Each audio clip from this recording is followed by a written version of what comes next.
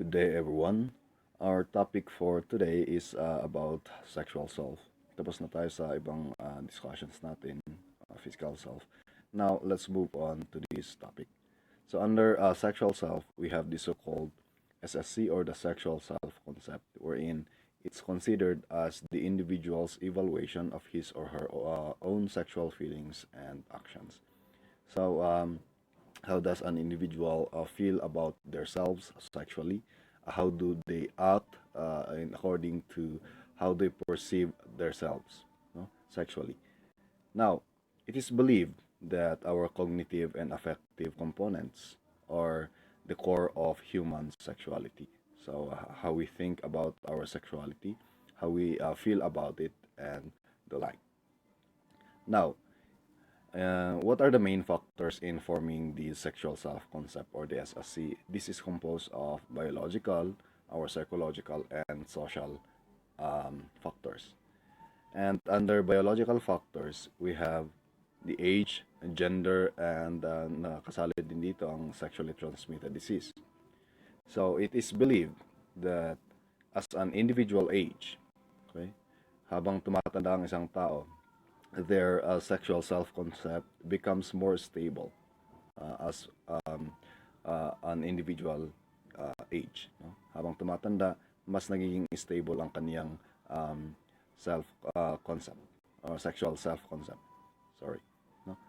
Now, when it comes to gender naman, as compared to men, women have been generally shown to experience greater sexual anxiety, depression, and fear. Sa minsan, okay, a number of women reports that their first sexual experience felt forced and it had an abusive feature. Also, as we compare men and women tend to view sexual experiences more romantically while men view it from a more explicit perspective. So that's it for about gender. Now, in STD, okay, sabi dito, in individuals with STDs like HPV, okay, HIV, AIDS, sa mga ganong sakit, no? They experience more feelings of depression and anxiety regarding their sexual relations. Kasi nga, lalo na pag hindi alam ng kanilang partner, okay, they would be depressed, okay, they would be anxious that what if malaman ng kanilang partners na meron silang STDs, no? And alarmingly, most infected people do not reveal about their diseases to their partners because of fear of rejection. So ayaw nilang baka mamaya iwan ako ng partner ko, baka mamaya ayaw na niya sa akin, right? So that's the reason why they people with STDs become more depressed, no? And becomes more anxious about their relationship to their partners. No? Now, within psychological factors, okay, we have body image, history of sexual abuse, and mental health. Right. So when it comes to body image, we already discussed this. Okay, when we discussed about physical self. No? Now, we defined before that when a person has a poor body image, okay, it is linked, okay, has been found to be associated with reduced confidence in engaging in intimate relationships. No? Kasi nga, they themselves cannot appreciate their selves. No? How about more on in a relationship? No? And when it comes to history of sexual abuse, okay, survivors of sexual abuse tend to be, okay, less romantic and sensual kasi nga dahil sa experience nila na they were sexually abused before, no? And often feel guilt, shame, frustration, sorrow, and anger. So because of their past experience when it comes to abuse, no? Sexual abuse, medyo nagiging less romantic sila. Hindi yung typically na isang tao na they would show um, love and compassion to their partners. Pero yung mga taong talagang nakaranas ng abuse tend to be less sensual and romantic. When it comes to mental health, okay, sexual incompetence and other negative emotions tend to be higher among those people with mental health concerns such as schizophrenia and depression. So ito ang medyo mahirap, no, sa mga taong nakakaranas ng depression, right? And when it comes to relationships, okay, they tend to become less likely to be uh, romantic kaysa sa mga taong hindi talaga nakakaranas ng depression and schizophrenia. Okay? So, because of mental health concerns, medyo nagiging incompetent na sila when it comes to their sexual self. No? Now, when it comes to our social factors, okay, this includes our parents and peers, and of course, social media. No? Now, parents are the first educators on sexual identity and related values. Okay, of course, sila yung nagturo sa atin on how to love other people, how to be humble and to be kind. Especially sa mga lalaki, be kind to the opposite sex, sa mga babae. Okay? Be humble enough. Love them with all respect. No, sila yung unang nagturo sa atin na kung ikaw ay isang lalaki, dapat ganito ang ginagawa mo and such. No? And sa mga babae naman, tinuturuan din sila kung paano ang how to deal with other people. No? And our peers, on the other hand, um, according to research, okay, students report that most of their knowledge on sexuality is gained from peers. No? Excuse me. So, sa mga kaibigan natin, we tend to become more open when it comes to our friends, no? Sa mga kaibigan natin, when it comes to sexual topics, than with our parents. Medyo, lalo sa Pilipinas, we are more conservative. So, medyo conservative, traditional pa yung pag-iisip natin. So, we tend to open up with our friends instead of our parents. And karamihan, mas sa mga kaibigan natin, mas maraming nagigain nating knowledge about sexuality sa friends natin, especially our close friends. Now, in social media, okay, it encompasses a wide array of sexually related topics. Madami, no? So, sa mga teleserye na napapanood natin, and madami din like porn sites, no? And sometimes those places are the ones na nagbibigay sa atin ng knowledge, okay, sa social media, sa TV, television, uh, sa napapanood natin sa YouTube and the like, right? Now, it talks about reproduction, no? Ang dami nang na-upload yan, marami kang mapapanood when it comes to reproduction and about sexual identity, right? And of course, about romantic relationships. Now, what about gender and gender sexual diversity? In this area, no, it pertains to the varieties of gender identities and sexual orientations. So, ano ba itong pinag-uusapan nating gender identities and sexual orientations? Ito ay ang about sex. No? Sex is our biological difference assigned at birth. So, dalawa lang yan. It's either you're a male or a female. No? So, in sexual orientation, it is about who an individual feels sexually attracted to. Okay? So, kung ikaw ay isang lalaki, your sex is male, no? Are you attracted to a woman or to the same sex? That's your sexual orientation. Another one is ito. Sa mga mas alam nito, no? Bisexuals, they are attracted to both sexes. Straight, they tend to be attracted to, if a male attracted to a female, female attracted to male, gays and lesbians, and the like, right? Now, gender identity, on the other hand, is the internal sense of one's own gender. So, it may differ from the assigned sex at birth.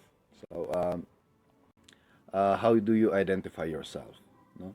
So, sabi dito, it may differ from the assigned sex at birth.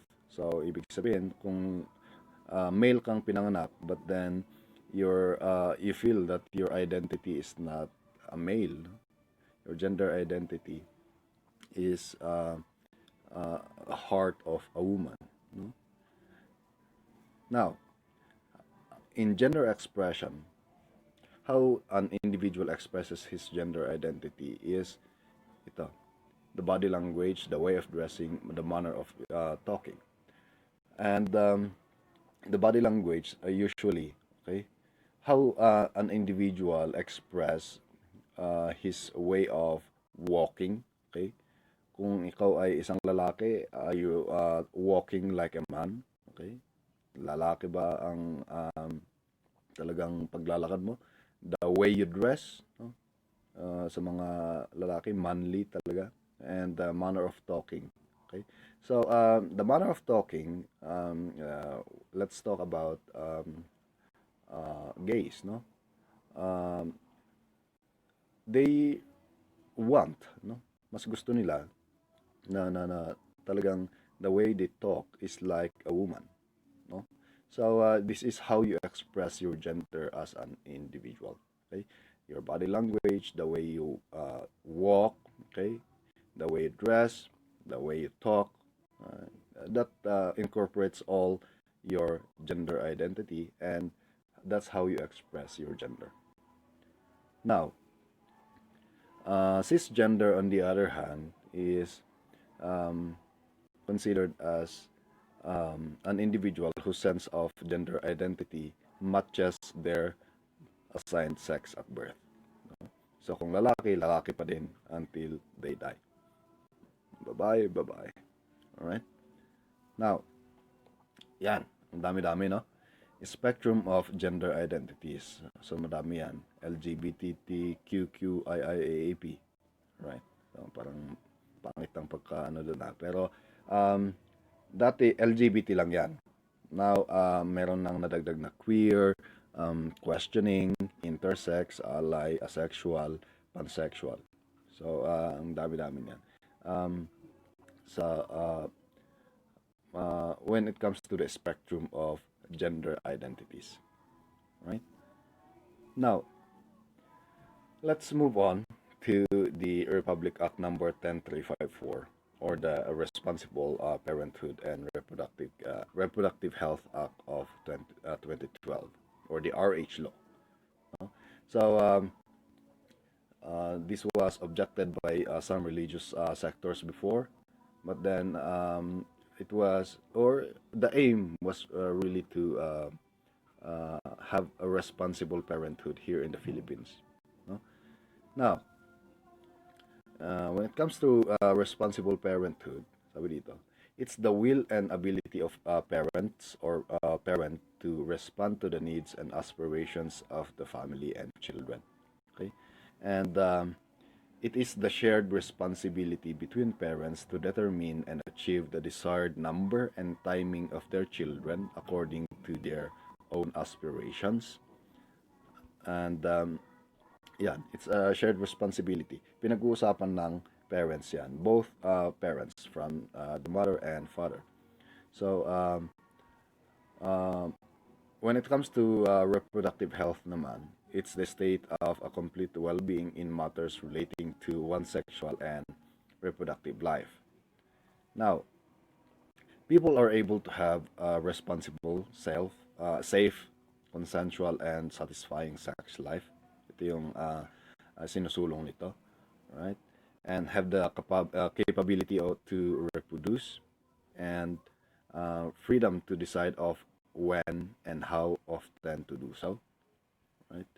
And men and women attain equal relationships in matters related to sexual relations and reproduction. Okay?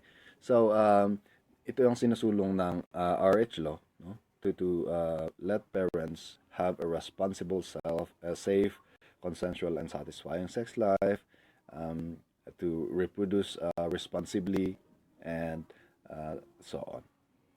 Right? Now, sabi dito, parents are completely free to choose the number of children they want. Okay, tama nga naman. Okay? As dictated by their reason and or intelligence. No? So, pag pinag-uusapan ng parents kung ilang anak ba ang gusto nila at kung uh, ilan, okay, anong spacing natin, every 3 years ba magkakaroon or the like, okay, as dictated by their reason and intelligence. No? And RH law, okay, sinama dito ang family planning, right? And what are the aims of it? So, the aim basically is to promote healthy and happy families. Sorry, hindi na nasama dun sa screen, no? Pero to promote a healthy and happy family. Now, there's a greater enjoyment of family life for both parents and children, okay? When they are, kung talagang nakapagplano ang isang pamilya.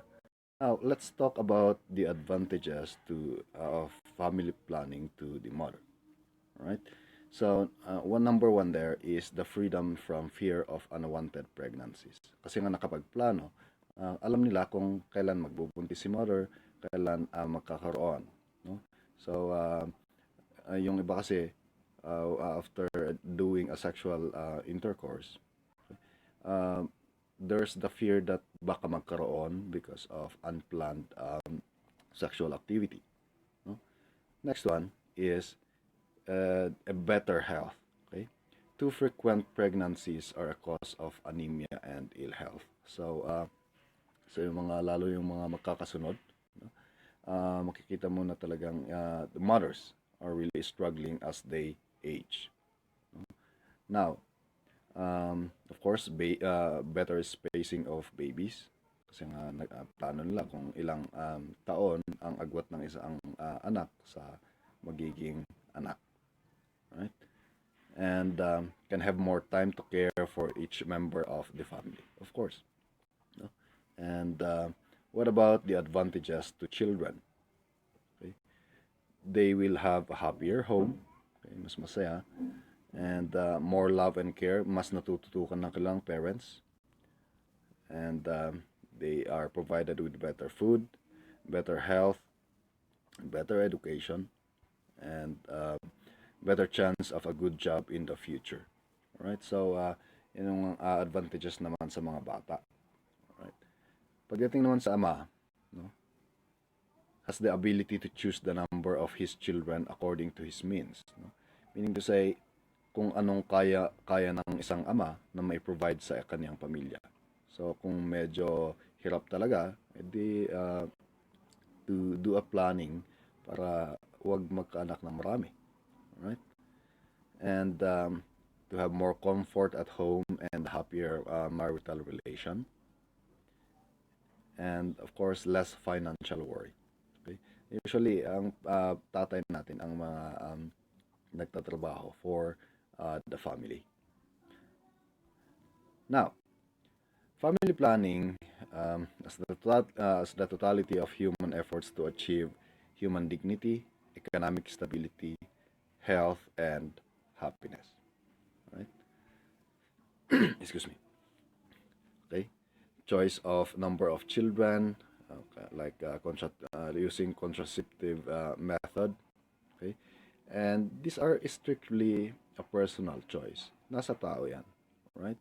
Nasa parents yan. Both parents, the mother and the father. Now, a child should have the right to be born, okay, to a mother and a father, okay, who want it and are ready for it. Okay? Meron naman talaga minsan hindi naiiwasan ang nowadays medyo mataas ang ating cases when it comes to teenage pregnancy. But sabi dito, okay, should have the right to be born to a mother and a father na hindi lang hindi irresponsible, right? But are responsible enough for their actions, okay? Na kung gusto talagang nilang magkaanak at talagang nakahanda na to have children.